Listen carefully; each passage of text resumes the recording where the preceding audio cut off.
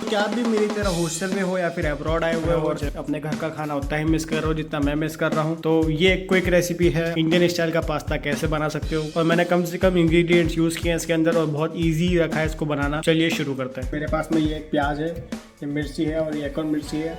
मिर्ची मत दो इसलिए दे रहा हूँ क्योंकि देखो मिर्ची सिर्फ खाने में ही अच्छी लगती है। स्टेप ये है कि आपको इन सब्जियों को काट लेना है। और स्टेप 2 में आता है पास्ता।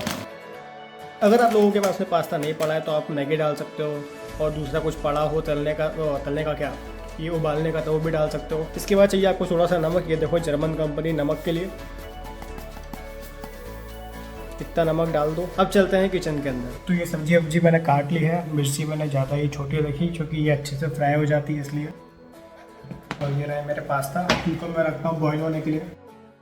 इतना पानी बहुत है। आपको टोटल 4 चीज़ें चाहिए रहेंगी। एक तो ये टमाटर की प्यूरी, या फिर आप नॉर्मल टमाटर को भी काट के उसका पेस्ट बना सकते हो, मिर्ची, ऑनियन, और फिर ये हमारा पास्ता। मैं लूँगा थोड़ा सा बटर। बेसिकली मैं सिखा रहा हूँ कि जर्मनी में तड़का कैसे लगाता है। डाल दो मिर्चियाँ सारी। फिर इसके बाद हम डालेंगे थोड़े से प्याज। इसे मिक्स करते रहो और अगर बटर की ज़रूरत पड़े तो बटर भी डाल सकते हो। इसके धुआं से इतनी छींक आएगी तो मैं पहले ही वार्न कर दूँ। और फ्राई होने के बाद ये कुछ ऐसा दिखेगा। नमक स्वाद अनुसार, लाल मिर्च स्वाद अनुसार, और मैगी के मसाले वगैरह तो वो भी डाल सकते हो।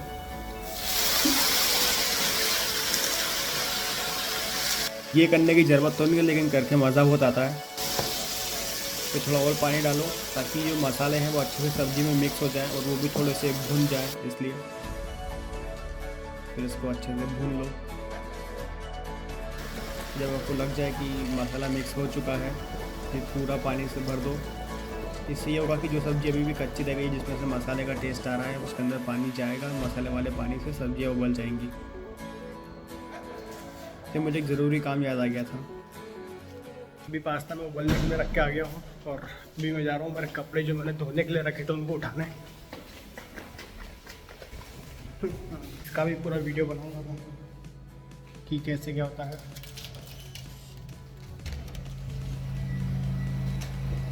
ये देखो गाइस, 2 मिनट बाकी है,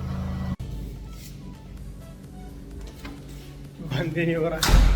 हो गया यार। देखो ऐसा है कि यहाँ पे इंडियन खाना बन क्यों नहीं पाता है। मैंने बातचीत की थी, कुछ दोस्तों ने बताया कि यहाँ पे जब इंडियन खाना बनाते हैं तो इंडक्शन पे क्या होता है, या तो खाना बहुत ज़्यादा पक जाता है या फिर बहुत कम पक जाता है। मतलब या तो वो कुछ जल ही जाएगा, पूरा टेस्ट ही नहीं आएगा, या फिर कच्चा कच्चा लगेगा ऐसा। तो जितना टाइम है उतने में फटाफट बना के निकल लो, जर्मन फूड ट्राई कर लो और इंडिया जाके मस्त इंडियन खाना खाएंगे।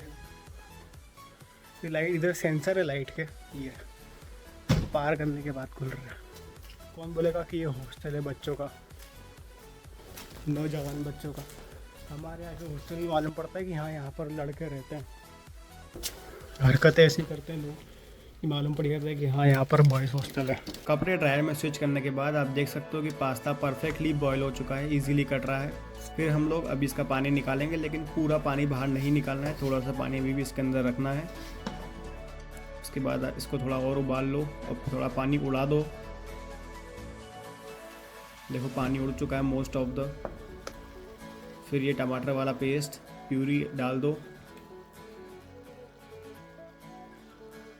इसको भी अच्छे से मिक्स कर लो, इससे एकदम सब्जी वाला टेस्ट आ जाता है।